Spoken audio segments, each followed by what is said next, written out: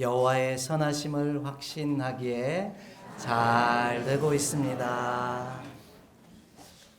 나의 계획대로 되고 있음이 아니라 하나님의 계획대로 되고 있기에 잘 되고 있는 줄 믿습니다. 이 은혜로 오늘을 사는 우리 모두가 되기를 간절히 소망합니다. 우리는 이번 한 달 동안 너 하나님의 사람 베드로야 라는 주제를 따라 베드로가 왜 하나님의 사람일 수밖에 없는지 우리의 모습을 비추어가며 말씀의 은혜를 더해가고 있습니다. 특별히 첫 번째 주에는 주는 그리스도시요 살아계신 하나님의 아들입니다라는 이 신앙 고백 위에, 자기 고백 위에 하나님의 교회를 세우신다라고 하는 축복에 관한 말씀을 살펴보며 은혜를 나누었고요. 지난주 두 번째 주에는 그렇게 칭찬받던 베드로가 예수님을 멀찍이서 쫓아감으로 말미암아 결국에는 부인할 수밖에 없는 존재가 되었다는 사실을 살펴보며 우리 함께 말씀의 은혜를 나누었습니다. 오늘은 반대로 또 베드로의 삶 가운데 절정을 나타냈던 그런 말씀을 쫓아가면서 베드로를 통해 얻었던 은혜가 무엇인지를 함께 살펴가며 은혜를 나누기를 원합니다. 베드로의 삶을 보면 우리식 표현을 빌리자면 널뛰는 그런 형태들이 많죠. 하나님 예수님 앞에 칭찬받았다가 훅 떨어졌다가 다시 훅 솟아오르는 그런 말씀들이 베드로의 삶 가운데 참 많이 있습니다. 특별히 오늘 본문의 이야기는 베드로의 삶 가운데서 능력을 나타냈던 엄청난 이야기로 알고 있는 기적을 향한 아주 중요한 사건으로 우리 속에 남아있는 본문의 말씀입니다. 이 말씀 쫓아가면서 은혜를 더해 가기를 원합니다. 우리는 어떤 일을 행할 때나 누군가를 만날 때 무언가를 얻기를 기대하는 마음으로 만나고 행할 때가 참 많이 있습니다. 얻을 것이 없다면 아무런 노력도 하지 않을 것이고 힘쓰고 수고하지도 않을 경우들이 우리 가운데 많이 있습니다. 우리는 누구나 무언가를 얻기 위해 기대하는 마음으로 그러기에 수고하고 땀 흘리고 애쓰며 살아가곤 합니다. 그래서 하나님을 알지 못하는 이들이 하나님을 섬기는 우리를 향해 하는 말이 있죠. 함께 예배당에 가서 예배했으면 좋겠다. 그러면 하는 말이 교회 가면 밥이 나오냐? 떡이 나오냐? 뭐 이렇게 묻는 이들이 있죠. 그들에게는 뭔가 교회를 가면 뭐 해야 되는 거예요? 뭔가 얻어져야만 하는 거예요. 뭔가 내가 얻을 수 있는 것이 있는 것으로 생각을 하는 그런 경향들이 우리 가운데 있더라는 겁니다. 물론 믿음의 사람인 저와 여러분도 무언가를 얻기 위해 이 자리에 함께 예배하며 서 있습니다. 그렇다면 저와 여러분은 무엇을 얻기 위해 지금 이 자리에 함께 예배하는 자로 서 있느냐라는 겁니다. 오늘 말씀이 이에 대한 답을 우리 가운데 들려주시는 소중한 사건으로 기록되어 있습니다. 특별히 오늘 본문을 보면 얻기를 원했던 세 사람이 등장을 합니다. 그 세 사람 한 사람을 살펴보면서 어떤 것을 얻기를 원했는지 살펴가며 오늘 말씀을 더 깊이 느끼고 고백하는 시간이 되기를 원합니다. 오늘 본문을 보면 먼저 한 사람이 등장을 하는데요. 오늘 본문의 내용을 보면 두 사람이 우리는 눈에는 먼저 들어오죠. 구걸하던 사람과 나면서부터 못 걸음으로 말미암아 성전 미문에서 구걸하던 사람, 그리고 그에게 내가 은과 금은 없을지라도 내게 있는 것을 내게 주노니 나사렛 예수의 이름으로 일어나 걸으라고 외쳤던 베드로와 요한이 있었다. 이렇게 생각합니다. 그런데 이 말씀 속에 숨겨진 한 사람이 또 있습니다. 오늘 본문 말씀 2절을 함께 읽겠습니다. 2절입니다.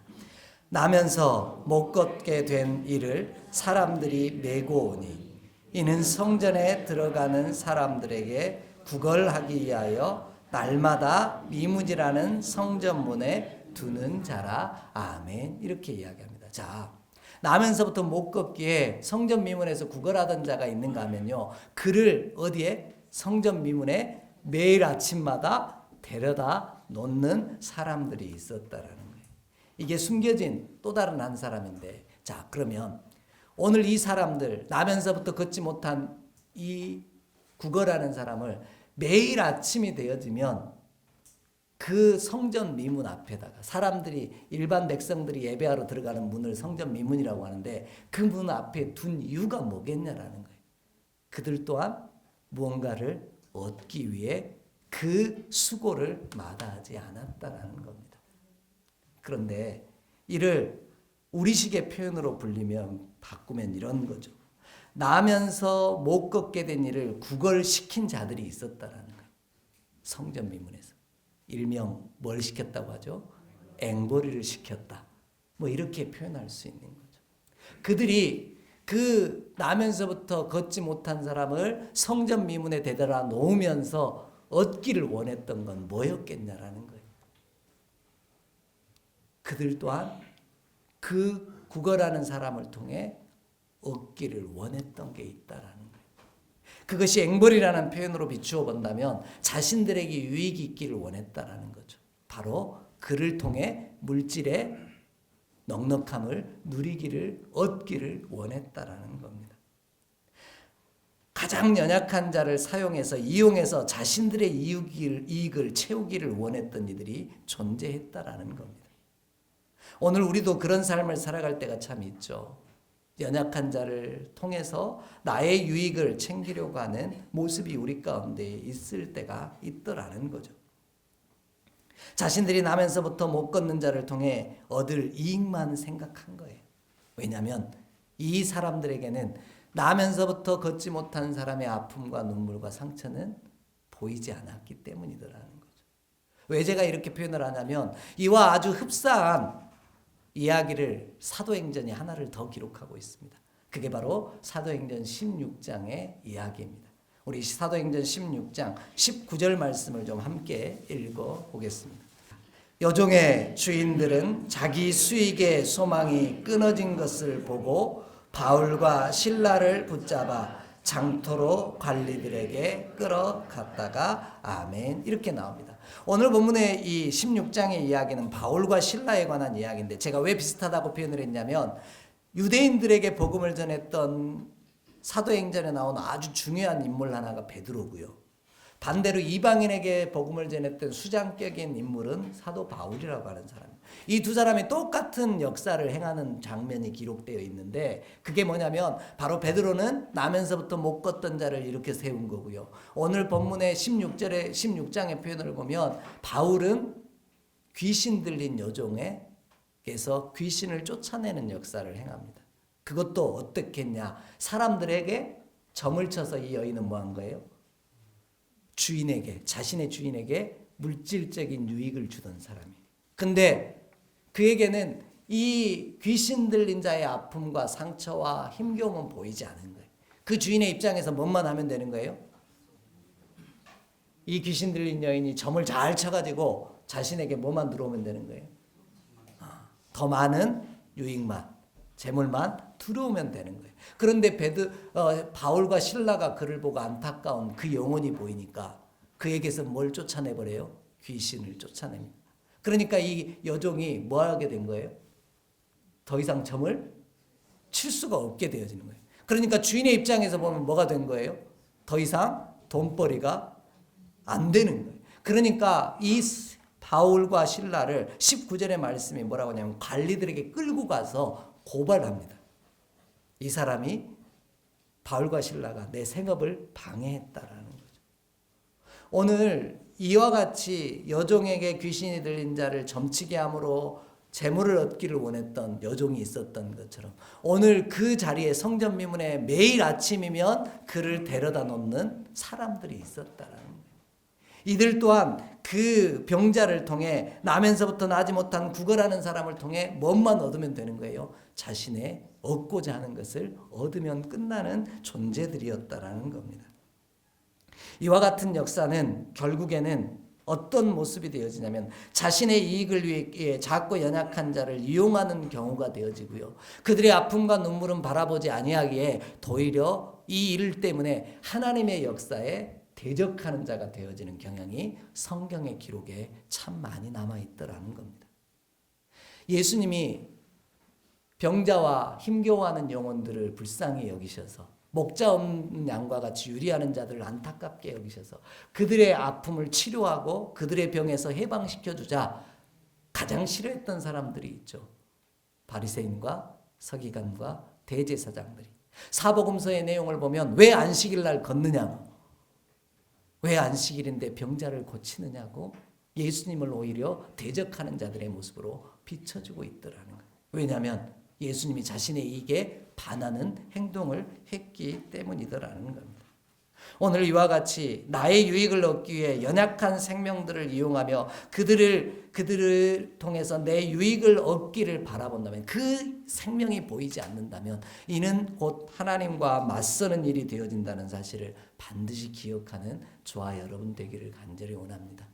그 일을 위해 나의 유익을 얻으려 하기보다 그의 안타깝고 불쌍한 영혼이 먼저 보일 수 있는 우리가 되어지기를 간절히 소망합니다. 두 번째로, 오늘 또 다른 얻고자 한 사람이 오늘 본문에 등장하고 있습니다.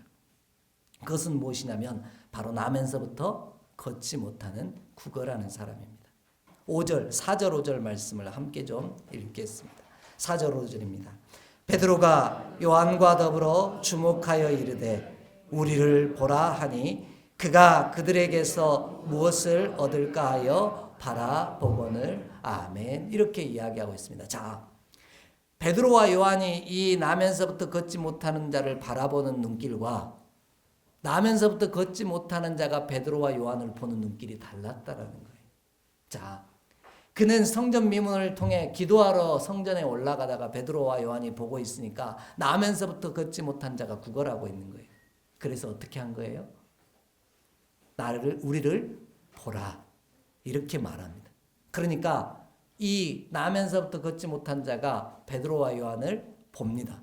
근데 4절의 말씀을 보면 더불어 주목하여 이르되 우리를 보라 하는 이 마음과는 전혀 다르게 이 걷지 못하는 사람은 어떻게 바라보냐면 그들에게 무엇을 얻을까 하여 바라보았다, 이렇게 표현하고 있습니다. 기록하고 있어요. 자, 이 말은 무슨 뜻이냐면 베드로와 요한은 그 영혼이 불쌍하고 안타까워 그를 향해 우리를 보라고 권면한 거예요. 그러면 이 눈빛은 뭐예요? 긍휼히 여기고 안타깝게 여기는 마음으로 예수님의 눈으로 바라보았겠죠. 근데 반대로 이 나면서부터 걷지 못한 자는 어떤 눈으로 바라본 거예요? 아, 이 사람들이 나한테 뭔가를 주려고 하나 보다. 그의 마음에는 어떤 마음이 들었냐면요, 베드로와 요한이 보인 게 아니라 나에게 무언가를 줄 돈으로, 물질로 그가 보이기 시작한 거예요. 이것이 오늘 이 나면서부터 걷지 못하는 안타까운 인생이 하나님 안에서 다른 삶을 살지 못하는 이유가 되어지는 거죠. 주변에서 어려운 이웃들을 만나거나요, 힘겨운 이웃들을 만나면 홈리스라고 하는 분들의 시설에 가서 이렇게 섬기는 일을 해보다 보면 이런 일들이 있어요. 우리는 찾아가면 뭘 하냐면 어떻게 해서 이 자리까지 오게 되셨고 왜 이런 자리에 계시냐고, 또 새로운 삶을 시작해야 되지 않겠냐고 막 이런 얘기하면 그분들은 어떻게 반응하시는지 아십니까?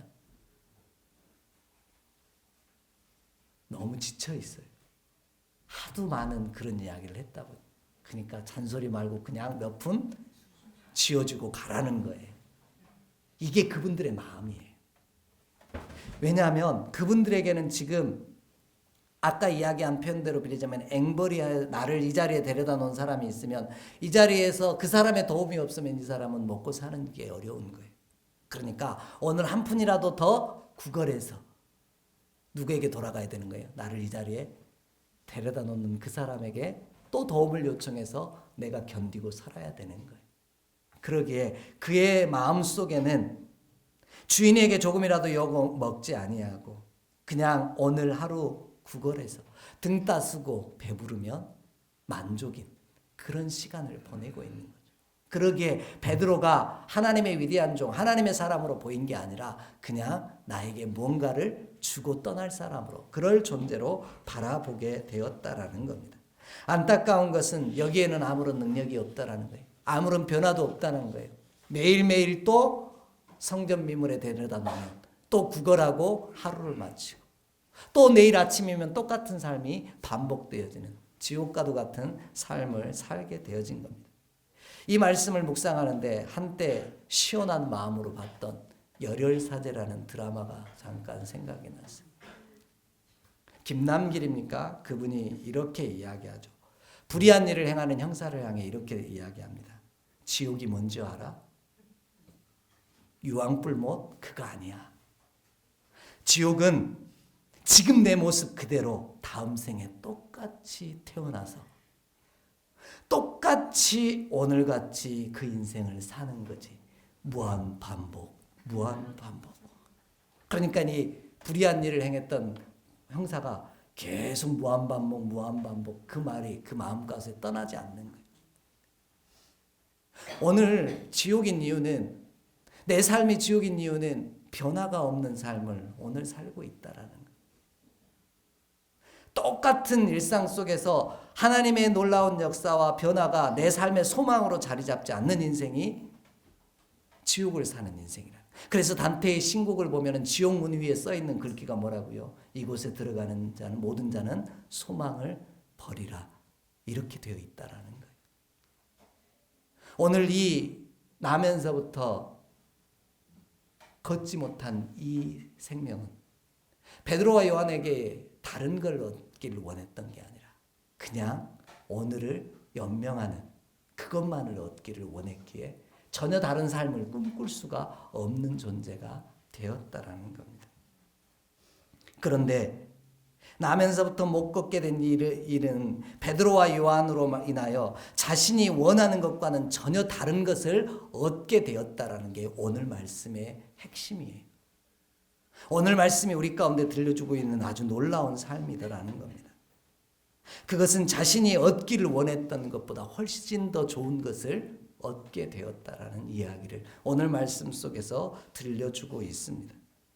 우리는 오늘 말씀을 보면 기억나는 구절은 6절 한 구절밖에 없습니다. 다 뭐라고 얘기하냐면 내게 은과 금은 없거니와 내게 있는 이것을 내게 주노니 나사렛 예수의 이름으로 일어나 걸으라. 이렇게 말합니다. 그러니까 걸은 그 사람이 일어나서 걷는 것에 우리는 관심이 있어요. 그런데 그가 진짜 주고 싶었던 것들은 다른 거였다라는 거예요. 그로 인해 그의 삶은 베드로가 준 것으로 말미암아 이 나면서부터 걷지 못한 이 구걸하는 사람은 전혀 다른 삶을 살게 되어지는데 어떤 삶을 살게 되느냐? 예수 그리스도를, 물질을 얻은 게 아니라 예수 그리스도를 얻음으로 말미암아 하나님을 안에서 지으신 모습, 창조의 목적대로 쓰임받는 놀라운 역사로 변화되었다라는 거예요. 오늘 저와 여러분도 또 거의 비슷한 삶을 살아갑니다.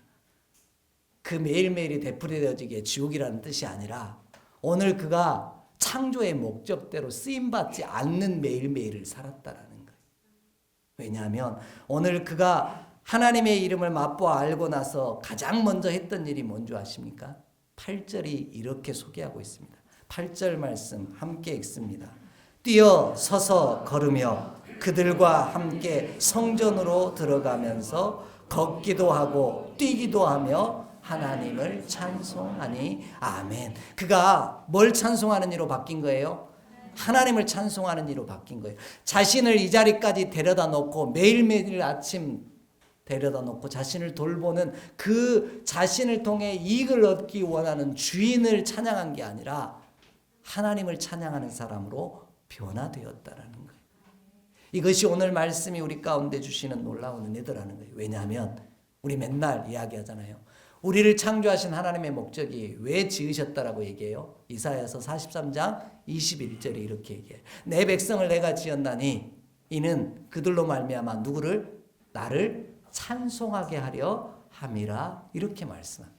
이 말은 결국 이 나면서부터 걷지 못한 자가 원하는 것은 단순히 몇 푼 얻는 거였지만, 그래서 하나님을 찬양하는 자가 아니라 자신을 이곳에 데려다 놓는 주인을 잘 보여야 하는 그 자리에 있던 자가 이제 자신이 원했던 것보다 더 좋은 것을 얻게 되어지므로 원래 지음바 되어진 목적대로 쓰임받는 존재가 되었다라는 겁니다.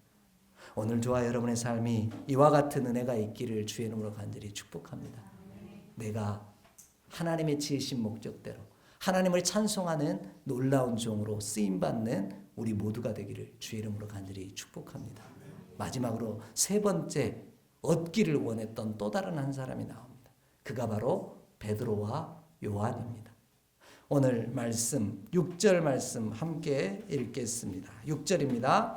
베드로가 이르되 은과 금은 내게 없거니와 내게 있는 이것을 내게 주노니 나사렛 예수 그리스도의 이름으로 일어나 걸으라 하고 아멘. 자, 우리는 계속해서 일어나 걷는 기적에 우리의 초점이 맞춰 있다라고 분명하게 이야기 드렸습니다. 그런데 오늘 자신을 향하여 무엇을 얻을까 바라본 그를 향해 베드로가 한 고백은 참 놀라운 고백이라는 거예요.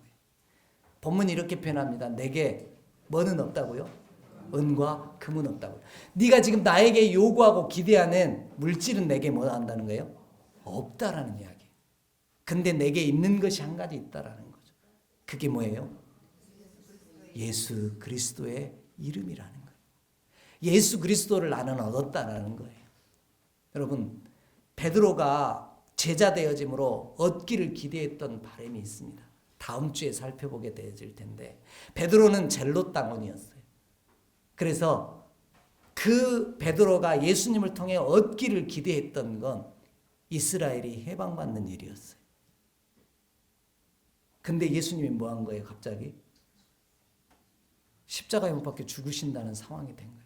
그러니까 자신의 기대와 자신이 얻고자 했던 예수님을 통해 얻고자 했던 것과는 전혀 다른 것을 얻기를 원했던 거예요. 그 모습 속에서 베드로가 예수님을 부인하고 자신의 힘으로 뭔가를 하려고 하는 시도들이 시작됩니다. 이와 같은 이야기는 이스라엘 백성의 모습 속에서도 나옵니다. 예수님과 함께 빌라도가 한 사람을 놓아주기를 명절이 되니까 이야기를 하죠. 누구를 놓아주는 게 좋겠냐라고 물으니까 이스라엘 백성들이 뭐라고 얘기한 거예요? 예수님이 아닌 바라바를 놓아달라고 이야기합니다. 그 바라바가 어떤 사람이에요? 무력을 통해서 이스라엘을 해방하려고 했던 사람이에요. 그러니까 이스라엘 백성들은 예수님을 원한 게 아니라 뭘 원한 거예요? 예수를 통해 해방을 얻기를, 자기가 원하는 걸 얻기를 원했다라는 겁니다.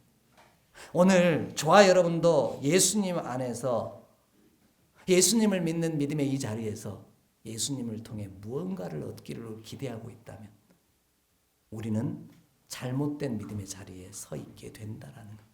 그때는 누가 안 보여요? 예수님이 보이지 않게 되더라는 거예요. 바라고 원하는 소망, 저와 여러분이요 예수님을 통해 무언가를 얻기를 기대하는 사람이 되지 않기를 원합니다. 내가 예수 그리스도를 먼저 바라보고 얻기를 꿈꾸는 자 되기를 원합니다.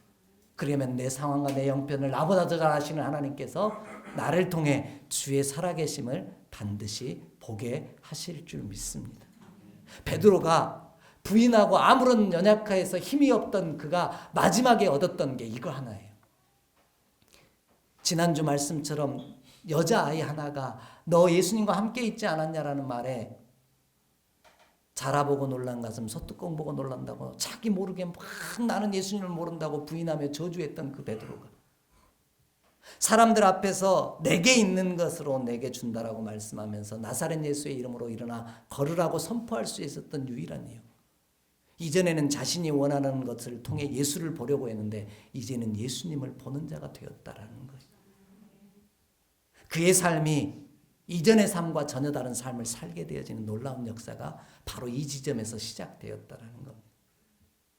그래서 예수 이름의 권세가 무엇입니까? 우리는 예수 이름의 권세를요 도깨비 방망이처럼 생각합니다. 내가 원하고 바라는 것 예수님을 이용해서 뭐 하려고 그래요? 얻으려고 하죠. 그러나 예수님이 주시는 이름의 권세는 더 큰 권세입니다. 요한복음 1장 12절 함께 읽겠습니다. 요한복음 1장 12절의 말씀입니다. 영접하는 자 곧 그 이름을 믿는 자들에게는 하나님의 자녀가 되는 권세를 주셨으니 아멘. 이렇게 고백합니다. 오늘 예수 이름의 진짜 권세는 내가 원하는 대로 이루어지는 게 아니라요. 오늘 하나님의 자녀가 되는 하나님의 사람이 되는 것임을 기억하는 우리가 되기를 원합니다. 베드로가 하나님의 사람일 수 있었던 이유가 여기에 있는 거예요. 제자가 되어 무언가 명예와 권세와 능력을 얻기를 원했던 게 아니라 내게 있는 것은 못밖에 없다. 예수 그리스도밖에 없다. 오늘 그럴 때 진짜 예수가 우리 눈에 보이는 줄 믿습니다. 오늘 본문을 정리하면 이렇게 되어져요. 나면서부터 걷지 못한 사람을 성전 미문에 데려다 놓은 사람은 그를 통해 물질을 얻기를 원했어요. 그래서 아프고 연약한 그가 보인 게 아니라 그를 통해 얻어질 물질이 보였어요. 두 번째, 얻기를 원했던 사람, 나면서부터 걷지 못해서 그 성전 미문에서 구걸했던 사람은 베드로와 요한이라고 하는 하나님의 사람이 보인 게 아니라 그가 뭔가 내게 줄 것 같아서 돈으로, 물질로 보이기 시작한 거예요. 그 순간 사람은 없고 물질만 남게 되어지죠.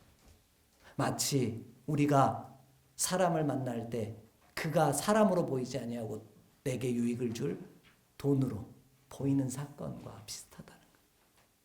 그런데 유일하게 오늘 예수를 바라봤던 한 사람이 있다라는 것. 그가 얻기를 원했던 건 바로 예수 그리스도 그분이셨다라는 거예요. 그럴 때 진짜 예수가 보이기 시작하고요. 그분이 내 삶 속에서 일하시는 놀라운 역사를 보게 되는 은혜가 저와 여러분 가운데 이루어질 줄 믿습니다.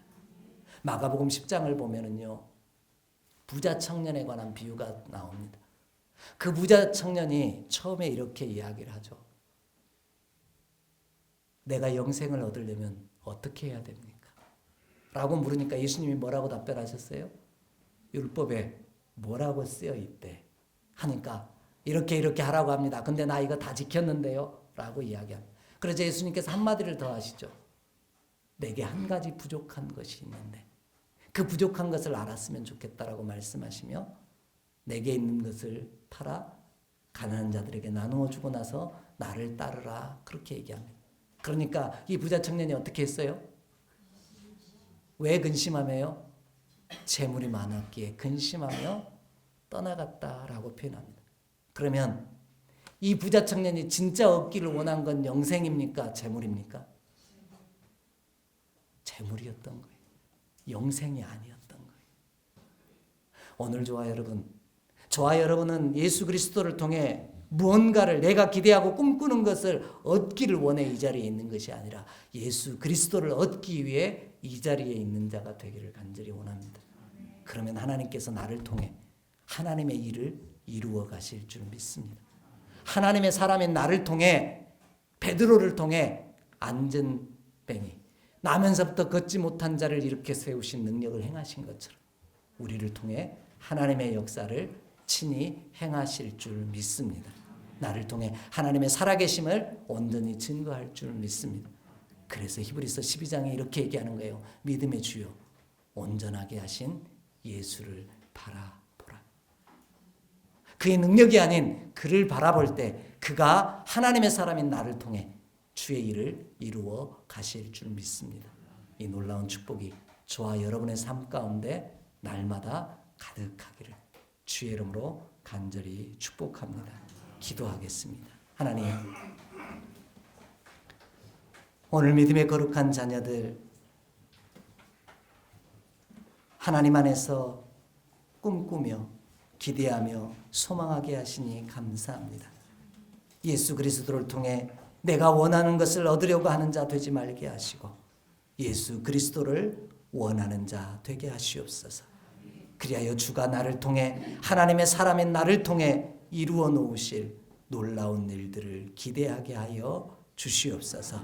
베드로가 하나님의 사람으로 변화되었던 것처럼 나도 변화시키시사 주의 창조하신 목적대로 온전히 쓰임받는 우리 모두가 되게 하여 주시옵소서. 우리 주 예수 그리스도 이름으로 축복하며 기도하옵나이다. 아멘.